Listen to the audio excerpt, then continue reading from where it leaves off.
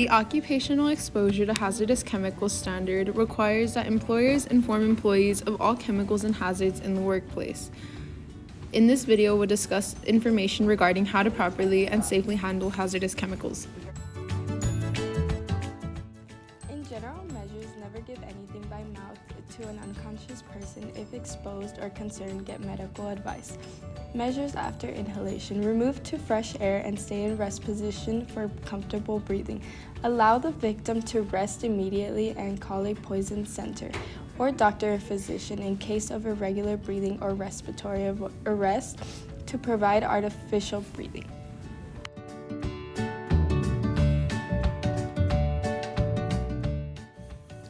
When chemical skin contact occurs, you will have to wash immediately with a lot of water for at least 15 minutes or shower. Remove the affected clothes and wash all exposed skin areas with mild soap and water followed by a warm water rinse. Then seek immediate medical advice.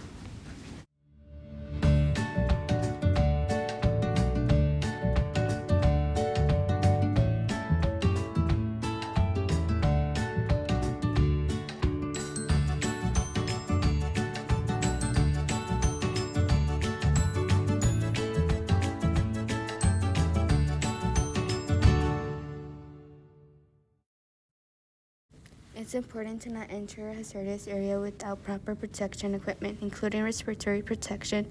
This can include goggles, aprons, gloves, and a mask. It's best to remember that when there is a chemical release in the building, it's best to evacuate the building and call a hazmat control number in your area.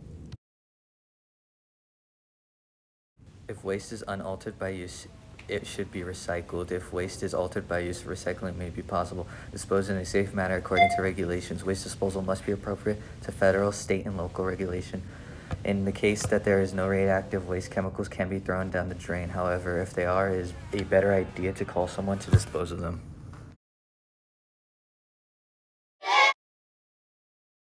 This identifies specific hazards of chemicals. Fire hazard, 0 will not burn, to 4, which is very flammable. Reactive hazard, 0 is stable, to 4, which is may detonate.